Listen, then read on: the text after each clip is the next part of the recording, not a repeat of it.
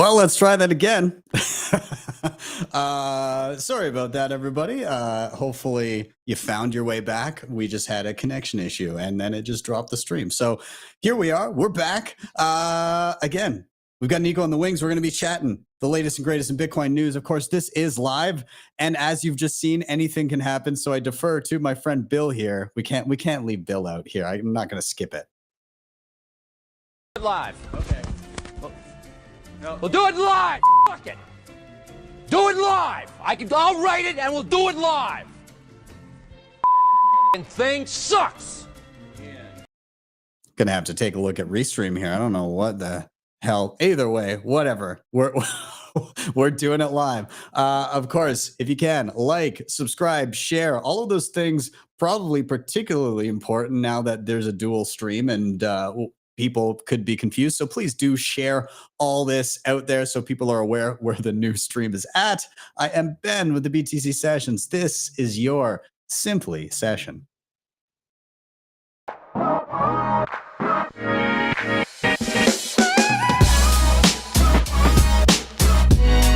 Hodl the Bitcoin.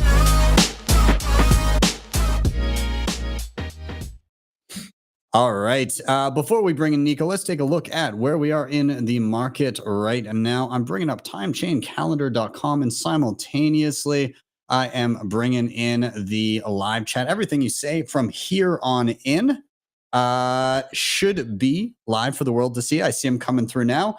And back to timechain-calendar.com. And let me know in the chat if you can hear me okay. I did hear somebody say that that we're muted, but it seems like we're all good. So anyways, timechain-calendar.com, we're sitting at $45,356 per coin. A single US dollar will catch you 2,205 sats. In terms of fees, next block still low, 23 sats per byte. Anytime 18. I haven't seen fees in the teens in quite a while. So do all the stuff you need to do.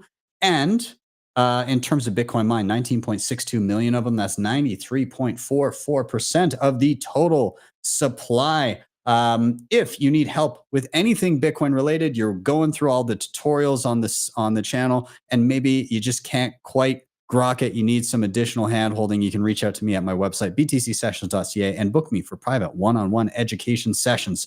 Shout out to sponsors of the show, hodlhodl.com. If you're buying Bitcoin and your priorities include peer-to-peer trading, instant self-custody, no KYC. This is the place to be. Signing up with just an email address is easy. Once you're in there, you choose your currency, payment method, and an amount, and you can start browsing offers immediately. Check them out, links down below. Of course, when you do stack some non-KYC sats, you're going to want to secure it with some of the best hardware on the market. I love CoinKite. I've got all their goodies, and I pre-ordered the hell out of, it's up at the top now too. It's coming soon. They just dropped some awesome videos that I'm going to show later in the show. But the cold card queue is looking great. I've got all their stuff. So if you want to pre-order one of those queues or any of their other stuff like cold cards, tap signers, block clocks, you name it, head over to coinkite.com. Code BTC Sessions will get you a big discount at checkout. Backups are important as well. Shout out to Saylor. This is one of the most beautifully designed and robust steel backup options on the market. It's got a disc and capsule design. They have full starter sets that gives you everything you need to stamp your seed and protect it from the elements like fire, water, and corrosion. You can check out my tutorial on them, and there are links down below for the best shipping options for you. Nunchuck.io has you covered when it comes to multisig, namely assisted multisig with their Honey Badger option. You basically can set up and have your hand held through a multisig quorum on your mobile device with things like the tap signer, cold card, and more. Once it's all set up, you've got baked-in inheritance planning, so your Bitcoin gets to your next of kin if anything should happen to you. And the whole thing can be done non-KYC. You don't need to give up your personal information in order to have it set up and work for you. And finally, shout out to Start9, your sovereign computing solution. These guys have plug-and-play options in order to host not just your Bitcoin life, but your digital life. So things like Bitcoin Core, Lightning Node, Mempool, files, passwords, photos, Nostr relays and clients, and some AI tools as well, plus plenty of other things. They've got everything from entry-level devices all the way up to what I'm running, which is the Start9 Server Pure. Head over to start9.com, and if you're looking at the Pure, which should be coming back into stock within the next month or so, you can use code BTC Sessions with a little plus sign at the end and get yourself 18% off. With that, enough of my rambling. Let's get Nico in here and let's see what's been going on. Yo, how's it going, man? Yo, what's up, dude? Happy to be back. And bro, we almost weren't back. I know. That was a little bit of a double take. It was. I don't know what happened, but here we are. We made it. We made it, and I'll tell you this: we've been doing this for so long that we all kind of just reacted, scrambled back. Yeah. And I mean, luckily, at least for what it was, I was able to just like duplicate the event and post it and go. So. Here we are, and it wasn't midstream, right? Because that would have been a different story. Yeah, that would have sucked. Oh well. We made it, and much with my approach to everything, you just soldier on, and here we are. It looks like people have found their way back here. So thanks, guys, and please do give this a share so anybody that's like sitting on the old stream wondering what's up knows where to go. But. Yeah, man. Let's chat. What's been going on this week? What is top of mind for you? You know, every week I always feel like I'm gonna be out of a job. There's never gonna be. It's like there's because you don't know what the news is gonna be for the week. But every single week since I started doing this 3.5 years ago, the news cycle always keeps on giving. So much stuff, very, very, very big consequential events this week in terms of the institutional interest in Bitcoin is absolutely insane. And the bull market hasn't even started. So first, starting off with this, I think this is very historic and kind of a big effing deal. This is a article for the audio listeners from Cointelegraph. The headline is BlackRock and Fidelity Bitcoin ETFs reach top 10 in January flows. It goes on to say BlackRock and Fidelity spot Bitcoin ETFs have ranked among ETFs with the largest January flows, totaling around 4.8 billion. BlackRock's ETF had an estimated 2.6 billion in net flows, reaching 8th place, while the Fidelity ETF landed 10th place with 2.2 billion in net flows. And here's the signal, Ben. Out of all this, this is the signal. The United States is home to over 3,100 ETFs, 3,100 ETFs as of December 31st, 2023. And ladies and gentlemen, a Bitcoin ETF is already in the top 10. Two are already in the top 10 out of 3,100 ETFs. If that doesn't show you institutional interest, I don't know what does. I got a bridge to sell you. Anyways, listen. So, and if you take a look at this, right, the S&P 500 ETF, the BlackRock one is at the very top of the list. The Vanguard S&P 500 is at the very top of the list. You have investment grade bonds. You have equity factor returns. You have Vanguard Total Stock Market ETF, et cetera, et cetera. And then you have Bitcoin ETF, the BlackRock one in 8th place, and then the Fidelity one in 10th place. Now, mark my words, and what's going to be crazy is these two are going to take the top slot. Just because I think it's just a matter of time, and we'll get to that in another thing we're going to cover. It's just a matter of time before people realize that, holy cow, this Bitcoin thing outperforms everything. And I think that's the signal, and people are starting to wake up to that. And take a look at this. Last time we reported on the holdings, and we're going to be doing this every week on Simply Sessions, BlackRock had, I think it was like roughly like 70,000 Bitcoin. Now they're up to 78,000 Bitcoin. And here's the thing, there's not enough Bitcoin to go around, right? It's not like gold where if the price of gold goes up, right, they mine more gold, right? Doesn't matter if the price of Bitcoin goes up, the supply stays the same. In fact, not only does it stay the same, it gets cut in half every 4 years, right? So it's like a supply shock insured, like a supply shock is insured, you know? So anyways, what's your take on all this, Ben? I mean, dude, we've been here a minute. This is the part that we've been waiting for, I guess. Yeah. I mean, it's again, a double-edged sword. Like, part of me I mean, this is what kind of I think is the catalyst for a major run that maybe some people that were anticipating diminishing returns. I think that may not be the case. And again, just the pace at which Bitcoin is being gobbled up into these funds, paired with the impending reduction of newly created coins, is going to be a sight to behold. And I'm curious how extreme that's going to get. Now, the other thing that I'm quite excited about for this cycle is, I think, and I tweeted this out just shortly before the show, is I'm very excited for this cycle, watching the suits unable to stack more Bitcoin IOUs on the weekends because the markets are closed while everybody else is able to freely gobble up coins. And I'm a little bit curious too, if that's going to result in some of these people that may have just gotten exposure to ETFs to be like, I need access to this market more than just during regular hours, because this runs 24/7. So we'll see, but it's when the one part about it that I'm kind of like is unfortunately the people that were excellent at gaming the fiat system and were beneficiaries of the Cantillon effect are also going to benefit massively from the shift from fiat into the Bitcoin standard. Unfortunately, they're just positioned in a place where they'll be fine. Though at least the ones that pay attention will be totally fine. They'll be able to shift over, but they won't be able to continue to game the system from the Bitcoin standard at the scale they've been. They'll just have to provide value from that point forward instead of just getting getting access to the early money.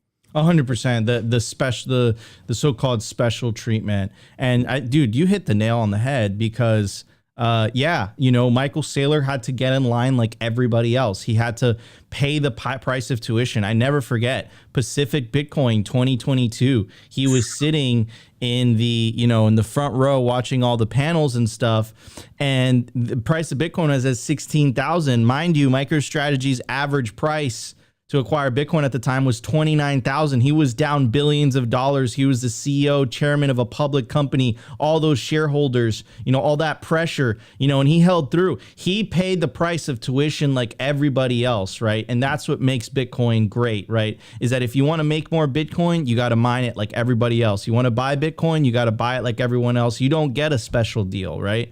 I agree. But yeah, the wolves are definitely in the den, 100%. Wall Street is here, and Wall Street is going to try to shake you out 100%. Anyways, speaking of Wall Street, another historic moment. So not only did the ETFs reach the top 10 out of 3,100 ETFs, the top 10, Fidelity, this is a very big deal as well. I would say maybe if not a bigger deal. Fidelity's all-in-one ETF. It's a conservative ETF. Allocates 1%, but they're open to allocating up to 3% in Bitcoin. This is a very, very, very, very big deal, and I'll explain why in a second. So here's Adam Back, and he puts a Lord of the Rings like kind of meme where it's like, the Battle of Helm's Deep, and the King of Rohan is there, and the battle starts, and he's like, and so it begins, right? It's a very epic movie, a very epic scene in that movie. But he goes on to say, Adam Back quoted in the Bitcoin white paper, or cited, better said Fidelity putting respectively 1% conservative, 2.5% balanced, or 3.1% aggressive Bitcoin via their ETF and general managed fund, all in one ETF. Now, the reason that this is such a big deal is because what is going to happen, and I'm telling you this right now, is that 1% allocation will outperform some of these other allocations, and that will inevitably lead to a domino effect, right? Where they start to realize, wait, why only 1%? Why not 2%? Why not 3%? And here's the thing, this is Fidelity Canada. Wait wait to see what happens when this works. This is going to come to Fidelity in the US. This is going to come to Fidelity. This is going to come to BlackRock. And people are going to start noticing, oh crap, it's not an option to potentially have exposure to Bitcoin. It's a necessity. And if you don't have exposure to Bitcoin as an institution or a public company, and I'll get to that in the Michael Saylor news, I'm actually at a competitive disadvantage compared to the people that have put Bitcoin on their balance sheet, right? So this is a big deal. This is a historic moment in Bitcoin's history. Remember, guys, this isn't just a regular ETF. This isn't just a Bitcoin ETF. This is a conservative all-in-one ETF, meaning it includes investment-grade debt, U.S. equities, international equities, Canadian equities, and it has a cryptocurrency segment, a little section, but really it's just Bitcoin in there, 1% global equities. So you guys get the point, though, is that now Bitcoin is being treated on the level as an asset as all these other assets. And that's a big deal. And that's bad news for these other assets because we know who the king is. We know who the what the black hole is. And of course, that's Bitcoin. So this is a big deal. And I suspect, as time goes by, that number is going to go up. Yeah. That 1% allocation number is going to go up. Oh, for sure. Like that's going to, when people realize that you no longer need to gamble on tech stocks and shit like that just to make retirement. This is a conservative fund. It over the long run, Bitcoin becomes the most conservative, easy button when it comes to preserving wealth. And I would not be surprised over the coming decade to see Bitcoin basically, start to supplant all of these other things here as like the number one allocation. It becomes the replacement for bonds, right? It becomes the replacement for all of these typical things because it does the best over a long period of time at preserving wealth. And there's that stat. It doesn't hold up anymore where at any point in 4 years you would have outperformed the S&P 500, but that's based on like peak to trough. Like, if you had bought at 69K, obviously with the FTX debacle at some point, like over that 4 years, you would have been technically down, but had you DCA'd, had you like just gradually allocated over time, you would have massively outperformed. So yeah. 100%. And just to add to your point, I'm glad that you brought that up, right? Like, look at this, man. Price in Bitcoin. We all love this website. Doesn't matter what the asset is. If you've been saving in Bitcoin, everything gets cheaper. There's not one thing on a 5-year time scale that has not, everything's just gotten cheaper compared to Bitcoin. Everything just goes down compared to Bitcoin. And this is what absolute scarcity is. And then this is a perfect segue to Michael Saylor's absolute flex, right? He does have a 10-minute video. Unfortunately, we don't have the time to play the entire thing. We'll play like a minute or two and we'll talk about it. But this leads to the symbolic flex of Michael Saylor, and he did this in his fourth quarter 2023 report. He also announced that MicroStrategy acquired an additional 850 Bitcoin. 31,755 Bitcoin acquired since the end of Q3 for 1.25 billion. So he acquired more Bitcoin. They now own 190,000 Bitcoin. He's going for that 1% allocation. I think right now he's at like 0.8 or 0.9, right? If you account for the Bitcoin that's lost, he already owns more than every 1% of every Bitcoin, which is absolutely crazy. This guy's going to be the richest man in the world. But take a look at his presentation. And unfortunately, by the time he says this part, it's about 6 minutes in, so we're not going to be able to get to it. But there was a part, Ben, where his producer or his helper wanted to make Michael Saylor full screen, right? And Michael Saylor said, no, keep that on screen, right? And you have to think about the symbolism. What is the symbolism of him saying that? So let's take a look at this image.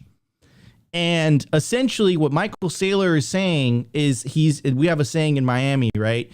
He put his giant on the table and, a soft flex. And he's basically showing the world that, yes, this Bitcoin thing, this Bitcoin strategy, not only is an alternative, it's a superior alternative. It's better. It's a better strategy. And look, stock performance since August 10, 2020. Look, it doesn't matter whether you're Microsoft. Microsoft is almost up 100%. It's at 97%. But compared to Bitcoin, Bitcoin up 260. MicroStrategy stock, because it's a leveraged play, is up 305% since they've adopted the Bitcoin strategy. So clearly what Michael Saylor is showing doesn't matter if it's compared to Microsoft, Google, Meta, Apple, Netflix, Amazon, Oracle, IBM, S&P 500 as a whole, NASDAQ, gold. It doesn't matter. The Bitcoin strategy outperformed every single one of those massive companies with a crap load of the smartest employees in the world. The smartest people work at Microsoft, Google, Facebook, Apple, Netflix. Like, you have the smartest minds working at those companies, and MicroStrategy still outperformed all these guys because they adopted a Bitcoin strategy. Now, going back to this, do you really think it's going to stay at 1% after I showed you that? Do you see like the convergence of forces coming together? And this is why Michael Saylor, like literally, this is why he did this during this call. Like, and essentially what he did, I'll play you guys like 2 minutes of it, but essentially what he's just continuing to talk the theory of why Bitcoin is a superior asset, of why it's a good strategy, et cetera, et cetera. So here's about a minute or two. August 10th or August 11th, when we adopted our Bitcoin strategy, our stock has outperformed Bitcoin as well as every major asset class, along with every major big tech stock, as well as every major enterprise software stock. We're very proud of this. And for those of you who have followed us on this journey, it's been a number of steps every single quarter that got us here. But I think that this is a very useful chart to illustrate and discuss some key elements in our strategy and in our business outlook. First of all, with regard to Bitcoin, 2024 is the year of birth of Bitcoin as an institutional grade asset class. Bitcoin is being increasingly referred to as an asset class and as a new asset class. And in fact, it's the first new asset class of the modern era. It's difficult to really name another asset class. Gold, when it was converted to ETFs, wasn't a new asset. Commodities were never a new asset. 30 years ago, the S&P index was converted into an ETF, the SPDR. That wasn't a new asset then, but it was certainly a revolution in finance. And so Bitcoin represents many things, but one thing it represents is the first institutional grade digital asset.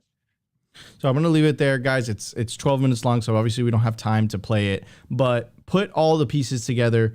Ben, I'm sorry, that was like he was talking in low voice throughout the whole video. We got the same comments when we played it over on the Simply channel. But look, so put all the pieces together, right? Bitcoin ETF already in the top 10 in the United States out of 3,100 ETFs.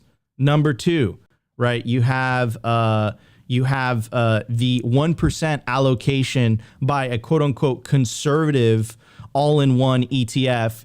And now you have Michael Saylor, again, Miami saying, putting his on the table and basically showing, hey guys, the Bitcoin strategy is the way. For the rest of the 12-minute video, right, like I said, he just continues to talk the talk, right? Like we've heard this 1,000 times on all the other podcasts, but the symbolism is very strong because of the chart that he has on his, on our left, right? Which is like, yeah, guys, I'm talking and I'm saying all these things, but the proof is in the pudding. Don't trust, verify. The results are right there. So yes, dude, this is a lot of crazy stuff happened this week, and I completely agree with him. Bitcoin is now considered a traditional investment asset, a new investment asset, if you are to believe what Michael Saylor just said. Yeah, I mean, it's coming. People are waking up to what this is, and I again, that to jump back to the Fidelity thing, having that as even a small part of a conservative fund, and then watching what that does to the performance of something over, even like 4 or 5 years, and seeing and contrasting and comparing those that did it and those that didn't, it's going to be game over. Like Vanguard, they're screwed. They are so screwed if they don't get in line with this stuff. It's going to be laughable when you see a fund that allocated 1 or 2% to Bitcoin and just destroys everything that Vanguard throws out there. It's going to be hilarious. Yeah. Yeah. And that they're going to have to change their logo of the ship with the Titanic. No, maybe that's maybe that's too much, but a ship sinking, but everyone was able to get onto the Bitcoin life rafts. Yeah, there's unlimited Bitcoin life rafts. It's just like whether you're going to be eating caviar or you're going to be, soaking up some scraps or something. 100%. Anyways, so in other news, we're getting to the part of the movie, ladies and gentlemen, with everything that's going on, right? All that positive news. People are waking up to the fact that Bitcoin is the superior asset. We're getting to the part of the movie where the people in charge are starting to say the quiet part out loud of what us Bitcoiners have been screaming from the rooftops for many years now. In fact, this was in the Genesis block, ladies and gentlemen. What was it?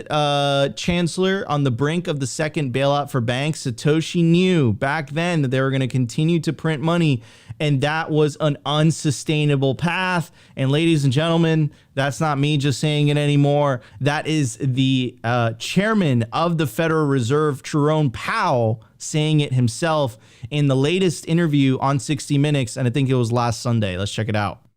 The U.S. is on an unsustainable fiscal path. The U.S. federal government's on an unsustainable fiscal path, and that just means that the debt is growing faster than the economy. I have the sense this worries you very much. Over the long run, of course it does. We're borrowing from future generations. It's time for us to get back to putting a priority on fiscal sustainability, and sooner is better than later. And here's the thing, they can't. It is impossible. They cannot stop this. And just to kind of give you guys a visualization of how bad this is, right? Here's the U.S. debt clock, right? So the U.S. national debt is $34 trillion, right? You go to the U.S.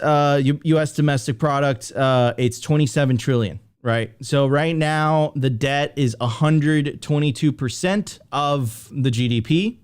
But here's where things get really crazy. And shout out to James Lavish for pointing this out to me. If you go to U.S. unfunded liabilities, that's 212 trillion with a T, right? Just Medicare liabilities alone, that's 40 trillion. Social Security liability, that's 26 trillion. Just to kind of give you guys an idea, that would make it so that every U.S. citizen would be liable for $632,000 each. There's 350 million people in the U.S., roughly. I think there's a little bit more now. But yes, this is what it means by unsustainable. But now, one of the things that kind of upsets me a little bit, and I want to get your take, man, I'm just going to kind of leave this so that people kind of just see this, is the part where he's like, yeah, this doesn't worry me now. It just kind of worries me for future generations. Like, dude, like, fine, bro. You're, like 50s and you're in your 60s, bro. But like, Ben, like, we're still in our 30s, dude. Like, we have, I'm about to have a child. You have children. Like, F you, dude. Like, thank you for saying the quiet part out loud, but like, you're screwing us. You guys are printing money you don't have. We're spending money we don't have, and you're screwing us. And now they're saying it, they're admitting it, but they won't stop. They're still sending billions of dollars to fund these foreign wars that we can't afford to pay for. It's just, dude, it's I don't know what I have no comment. Honestly, the number one problem I have with what he said, other than being like, well, eventually, was that he used the vernacular. He said, we're borrowing from future generations, as if we were going to then pay back those future generations. There's no paying it back. Like, he will be dead and gone, and people will be dealing with the repercussions of what he did as head of the Federal Reserve, right? Like, all of the boomers right now will be gone, and it will be the future generations, our generation, our kids, our grandkids. Those are the people that have to deal with it. So don't say you're borrowing from future generations. You're stealing from future generations. You are taking something away from them, and you're letting them deal with the consequences. People are getting an unclear picture of the reality of, what things are worth, and they're gonna get screwed by it. The world is completely broken, and unfortunately, again, that falls to partly us, and that falls majorly to our kids, and hopefully we can just, as we are trying to do, hopefully we can just hop off this train and onto one that's going to take us to a better place. 100%. Because, you hear that and you're just like, dude, like, this is crazy. And here's the thing, Ben, people are starting to wake up. Mm-hmm. And, again, guys, you guys know on Simply Sessions and on Simply as well, we don't take a political stance. It's not left versus right. It's not red versus blue. It's not conservative versus liberal. It's really, the party of green, which is the party of fiat, central bank digital currencies, nihilism, slavery, poverty, control, versus the party of Bitcoin, the party of opportunity, prosperity, hope, optimism, peace, freedom. So just all that being said, people are starting to wake up. And I think it's our responsibility as Bitcoiners to really kind of like, when two people are fighting and you just kind of like push them apart, right?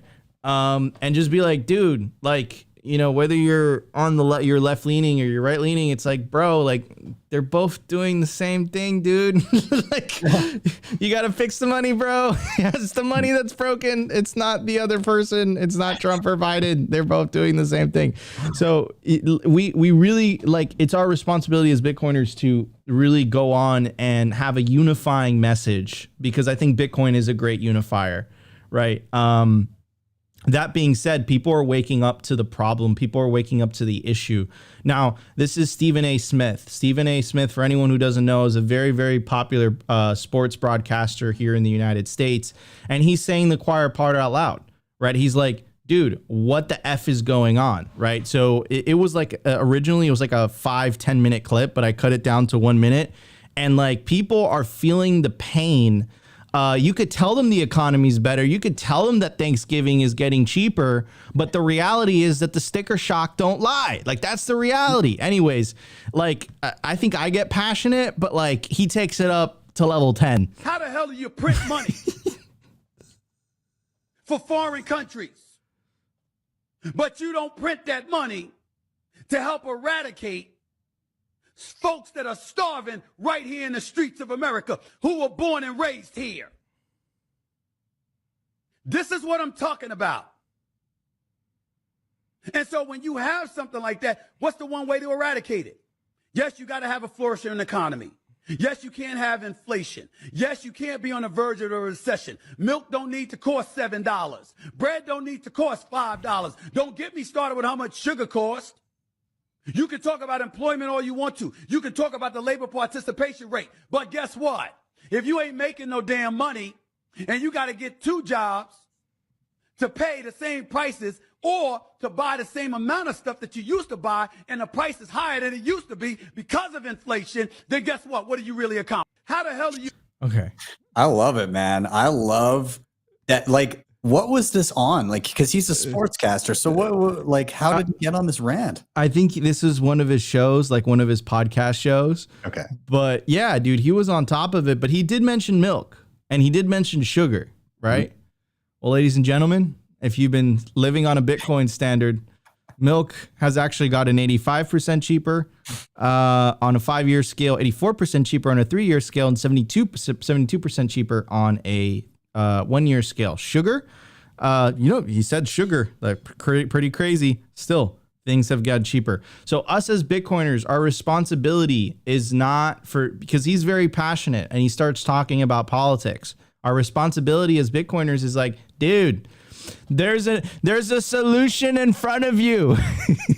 And all you got to do is take self-custody, watch Ben's videos, be sophisticated, take that Bitcoin into self-custody, and your life will get better regardless of the 80-year-old that's in office. And that's the reality, right? And we really, really got to focus on that. Now, on the other side, you know, our so-called leaders, instead of worrying about, you know, this hurt that they're causing on Americans, here you have Janet Yellen lecturing us how we have to legislate Bitcoin and stablecoins. Check it out. Council is focused on digital assets and related risks, such as from runs on crypto asset platforms and stablecoins, potential vulnerabilities from crypto asset price volatility, and the proliferation of platforms acting outside of or out of compliance with applicable laws and regulations.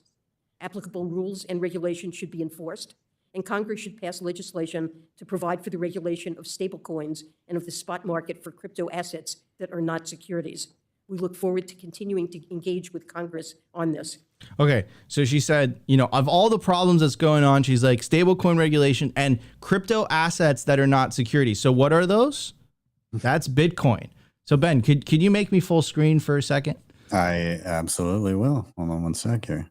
Okay. All right. So I'm going to, you know, the microphone and the thing and the tag. So I'm going to do the same thing, do the papers. And I think Congress should pass a law so that these politicians stop printing money and devaluing everyone else's money. Like, we could both play that game. And what is more useful? Like, she's hiding behind the coattails of this emblem. And it's like, I'm the U.S. Treasury Secretary and you should take me seriously because I have the papers in this microphone and telling you how this is a risk to everyone. But in reality, this is the hope. This is the solution. All right. I'm done. Dude, like, we could both play that game. We could both play that game of hiding. Like, look, I have my papers and I'm fancying I'm the U.S. Treasury. But dude, you're just printing money. Like Janet Yellen, you're printing money. You're making everyone poorer. And instead of addressing that as your job should be, because you're the Treasury Secretary, what are you doing? You're literally blaming the solution. You're literally like trying to attack the thing that is actually giving people a shot. And that is not Nico just talking shit. The numbers are there. Like Michael Saylor literally flexing with the numbers. I'm flexing right now. I wish I could have these numbers in Congress and just be like, yo, look at what you're attacking, dude. This is the solution. So yeah, they can say whatever they want, but number go up is going to continue to prove them wrong and make them look like fools. That's the reality. All right, I'm done. I needed that right in my veins, man. It's again, like, think of all the Bitcoiners you know that have, you know, stuck around and just kind of been on their Bitcoin standard, offered value. Like, again, the golden rules: create value for others, spend less than you earn, save in Bitcoin. Amen. It's the cheat code to life. If you can pull those things off, you will do excellent in the seismic shift that we're about to see in the world. Yeah, that's literally all you need to do. That's like all you need to do. It's so simple, it's complicated, right? Because we've been used to living in a world where you see that with the funds, like, oh, we're going to put it in US equities, Canadian equities, like, you know, real estate, like, you know, we're like searching this return. You shouldn't have to be forced to invest just to maintain your purchasing power. You shouldn't have to do that. Like, if me and Ben, like, we're content creators or YouTubers, right? We love making content. That's what I love doing it. Right.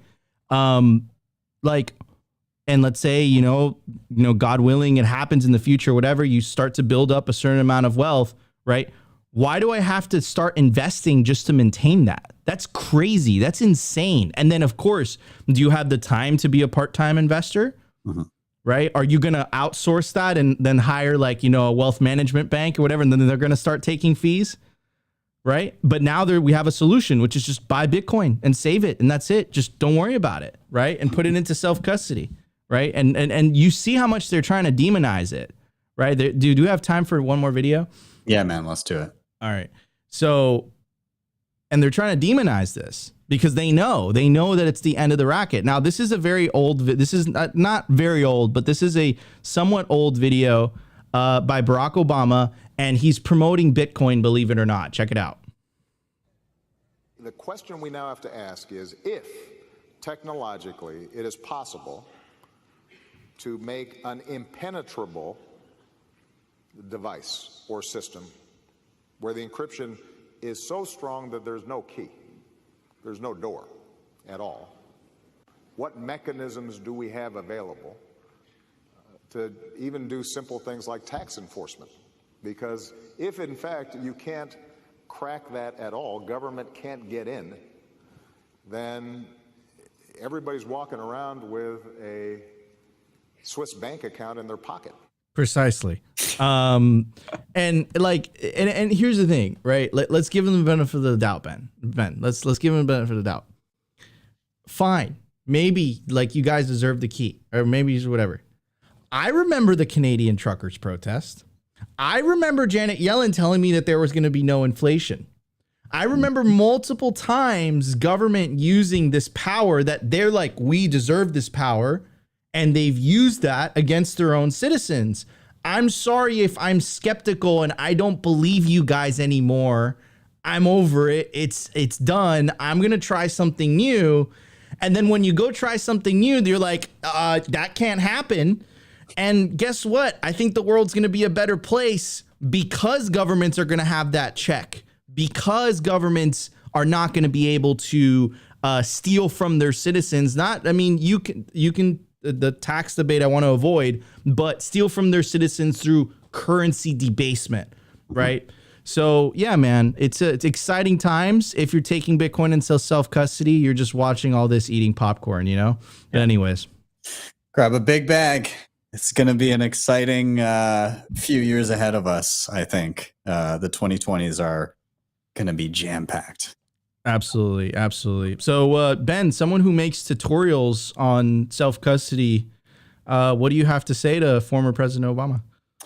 I mean, did you really sold it? Like, I feel like people are going to watch that clip and they're going to be like, I need to watch some tutorials on how to set up my Swiss bank account in my pocket here. So thanks, Obama.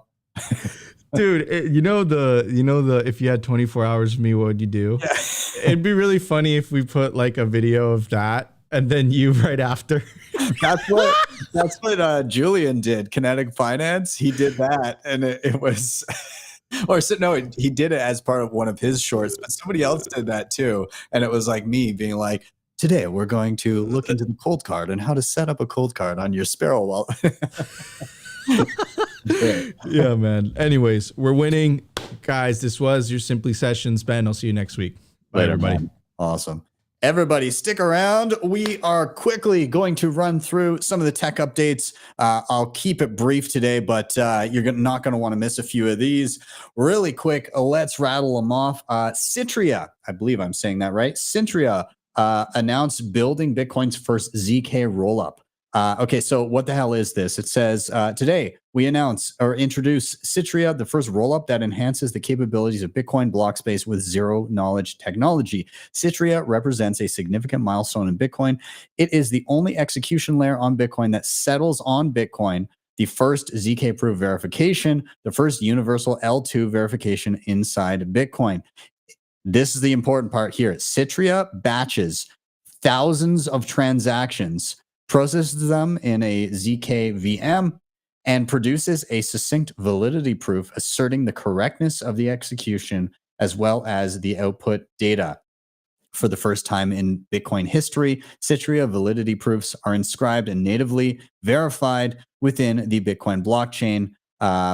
So basically, what they're saying is this is a way to batch thousands and thousands of transactions, link it directly to the base layer, and not have to exit to kind of like a hodgepodge sidechain. It's actually a legitimate layer of Bitcoin. So this is very interesting. I'm still trying to wrap my head around exactly how this works, but it seems pretty exciting. And one of the best parts about it is it requires no consensus changes to Bitcoin. So for those that were worried about, well, how are we going to scale Bitcoin? We're still finding new ways to just scale on chain. Technically speaking, like without having side chains and all that kind of stuff. So this should be interesting to see how this develops. But they said that, I believe, this should be on testnet by Q2. So that's very, very interesting. Anyways, moving on. Macadamia version 0.1.0, a native iOS client for Cashew. I've been doing a handful of videos on Cashew, eCash systems on Bitcoin. Basically, these things allow near perfect privacy, but there are trust trade-offs with them. Best used for small amounts, but you can do instant, cheap transactions, and you can move from mint to mint with regular Lightning transactions. Very interesting. There's lots of inroads to Nostr here. So I did one called eNuts and another one called Minibits Wallet. Both of those I've done videos on. This is just another flavor. I don't have an iPhone, so I haven't tried this one out yet. It's very early, and they advise, hey, like this is indeed very early. So just testing purposes, don't put a lot in here, but it is on test flight right now. Either way, cool to see more stuff being developed there. Nunchuck updates, Byzantine improvements, and you can cancel via RBF, other fixes. So the big one here is they have updates. This is for desktop and for Android and iOS. And basically, one of the big ones, you can now cancel transactions using RBF. So if you broadcast a transaction that hasn't been mined yet, you can send an RBF transaction that will send it back to yourself. So if you screw up, send somewhere you don't mean to, you can just send a higher fee transaction that reverts it back to one of your own addresses. And by and large, your higher fee transaction back to yourself should be the one that gets mined. And then beyond that, they have some additional upgrades for Byzantine. I won't get into those, but they're very, I will find use for them. This is basically in and around their multi-sig stuff. Shout out to Mutiny. They keep on shipping awesome new things. They've been getting into the realm of Fedimints as a way to help scale Lightning and help kind of smooth over the transition from custodial to federated to full self-custody Lightning, because there are going to be people coming into the ecosystem that are dealing with small amounts, but as they build up savings, they'll be able to at least mitigate and minimize those trust factors and then revert to full self-custody as soon as it makes economic sense to open a channel and fund it with the Lightning funds they have. This version includes Fedimint features, including swap to Lightning Network, feature that moves your Federation eSats to a self-custodial Lightning channel. So that is basically what I was talking about there. You can have funds and you can basically move them into your own self-custody when the amount of sats makes sense to do so.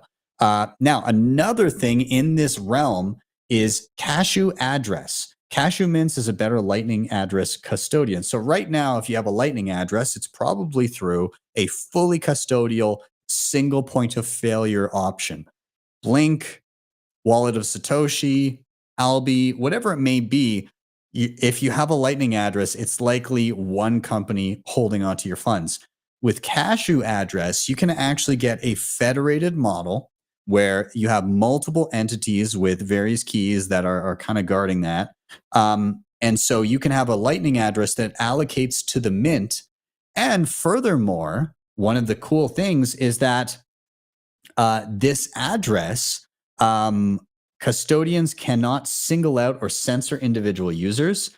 And then received payments will be locked to your public key, making Cashew address a forward-thinking choice in the world of custodial Lightning, meaning that if you receive a payment to your Cashew address, number one, you're getting the benefits of eCash in terms of the privacy benefits. But number two, the mint is only able to forward that payment to your own public key for your self-custodial Lightning wallet. So that means you can receive offline Lightning payments. The Cashew address can receive that payment and improve the privacy. And then you can move out of the mint as soon as you come back online and the Cashew Mint will be unable to forward those funds to anyone other than your private key, meaning that, yes, well, if they go offline and just rug the entire community, then you would have access to your funds, but they also can't steal them. So that's pretty cool. Anyways, you can check it out right now. You can get a NIP07 extension at app.cashew-address.com. Wow, I butchered that. Anyways, it's on the screen. Mostro Network completes its first trade on mainnet, invites users for testing. So what is this? It's a Bitcoin exchange, a peer-to-peer alternative focusing on user privacy. It uses decentralized node network Nostr and Bitcoin's Lightning Network, giving it the quality of being uncensorable by not relying on a single point of failure. The project, still in development, offers two versions, a user-friendly web version for non-specialized user, and you can do it via terminal as well. It currently has a limit of 20,000 Satoshis per transaction and aims to expand with web and desktop versions in the future. But basically, again, peer-to-peer buys and sells of Bitcoin, decentralized, KYC-free Bitcoin, using Nostr as its rails. Really, really cool. Moving on from there, oh my God, the new teaser video for the Cold Card Q looks spectacular. It looks beautiful. Can we just appreciate how sweet this is going to be? So a few things that I'm excited for. Obviously, being able to type in passphrases on a keyboard instead is very, very nice. The bigger screen is great. Dual SD cards looks awesome. And then the big ones for me is the ability to scan QR codes, so you can do the air gapped back and forth without having to do the SD method if you don't want to. And then again, the scanner and everything on it is key. And then the NFC, I think in a larger device like this, will be much more functional. The Cold Card Mark IV had it already, but it seems like on a bigger device like this, it'll be much easier because it was kind of finicky with the Mark IV. Either way, looks awesome. Very excited for it. They are doing a good job of teasing it, and I have pre-ordered an embarrassing number of them because I want to do tutorials, and I also might do a workshop once I get my hands on a bunch of them. So anyways, that's what's coming down the line from Cold Card. I want to give a shout out again. We are having a SAT market, again, a Saturday market here in Calgary on March 23rd. That is Saturday, March 23rd here in Calgary. Even if you're not in Calgary, please do share this everywhere that you can. There's a meetup page. There's also an event on OPA, Orange Pill app. Get the word out. Number one, for people locally to come visit it, but number two, for people to see it and hopefully replicate it where they are. If not you, then who? Let's build out our Bitcoin circular economies. You can search this up on Meetup. Just search the Saturday Market Bitcoin, and it should pop up. I do have a host on there, a host profile, BTC Sessions event group, and it should be in there as well. Please do share it everywhere you can. Couple other things. I just dropped a tutorial on Primal, which is a Nostr client. It is pretty damn slick. It's for iPhone and Android. It has a built-in Lightning wallet. Obviously, custodial Lightning wallets backed by Strike and everything, but you can, in the app, with the credit card linked to your Google account or your Apple account, you can top up sats for zapping. So you can basically go and it defaults to a small amount. In Canada, it was $5.99. Something like that, or $5 in the US probably, but it'll do a buy for you. It'll top you up with whatever that is, 9,000 something sats. And then once you have it, you can zap. You can also send to and receive from external Lightning wallet. So it acts as a fully functional Lightning wallet out the gate. Or if you prefer, you can link it to your own Lightning wallet externally and not use the native Lightning wallet. Either way, super easy inroads for people for the first time to jump on Nostr and Bitcoin all at once in a single app, and it's super easy to use. So highly recommend, check it out. Tutorials up on YouTube now, so go and share that everywhere you can. Getting very excited for Bitcoin Atlantis in Madeira. This is coming up soon. I'm leaving town here in about 2 weeks. Oh my God, 2 weeks from today, I will be flying out. I'm going to be in Madeira prior. The actual event happens March 1st through 3rd. If you haven't got tickets yet, holy crap, you better get on it. If you do want a discount, I don't know what the discount is for, but use code BTC Sessions and you'll get a pretty good discount is my understanding. So feel free to do that. If you're going to be there, please do let me know. Would love to say hi. I'm very excited. I've got a keynote that I'm doing. I think I might be following Jack Mallers, which I mean, just kill me now. How do you follow that? But nonetheless, it'll be lots of fun. I plan on trying to educate as best I can and give actionable homework on a main stage talk, which I'm very excited about. And I'm also going to be running a resource and education center throughout the entire course of the event. So make sure you make your way over to that because we're going to have actual hands-on learning stuff that you can come do. And we've got a whole bunch of sessions planned. So very excited for it. Also, if you're going to be there, Bitcoin Shooter, he just made or is soon to release something called No More Inflation. It looks like an amazing film. He's going to be previewing 25 minutes of it there. So if you want to go and check it out, bitcoinshooter.com/cinema. Yeah, come to the showing. I'm excited to see. And then finally, we were talking about getting more involved and becoming part of the Bitcoin ecosystem. Now, first of all, shout out to Bitcoin Prague or BTC Prague. I'm going to be there June 13th through 15th. And it was amazing last year. I can't wait to be back. I was just having talks about what I'm going to be doing there as well. But that is coming up soon. And if you want to be part of the team, they are looking for somebody right now. They are looking for, I believe, a marketing manager. So if you would like to be part of the BTC Prague team, do reach out to them. Their Twitter handle is @BTC Prague, and you'll see the tweet there. They've pinned it, and there's a link down below, startupjobs.com. They have listed there. So reach out. They would love to hear from you. And yeah, they're an amazing team. They did such a good job last year, so I can't recommend them enough. And hey, you might get to work in Bitcoin. Also, if you're headed to BTC Prague, you can use my code too, BTC Sessions. That'll get you 10% off tickets if you're going to be in the area. Anyways, guys, last thing here. We've got Why Are We Bullish tomorrow? Very excited to have Nolan Bowerly back, Kendall Pappas, and Mickey Koss tomorrow on the show. That is 6 p.m. Eastern time. It should be a blast. Make sure you do not miss it. With that, I'm going to start rounding out the show. Thank you guys so much for being here. Sorry for the debacle at the beginning with the video cutting, but hey, we made it. We did it live.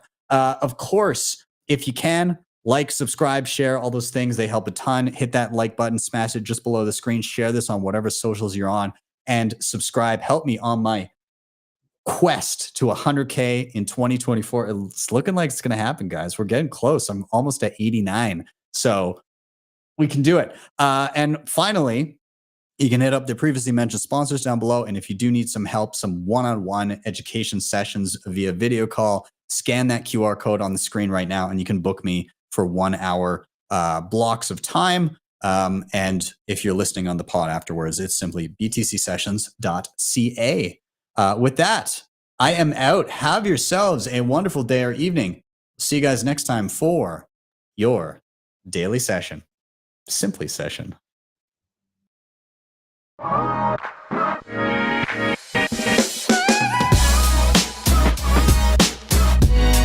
Hodl the Bitcoin.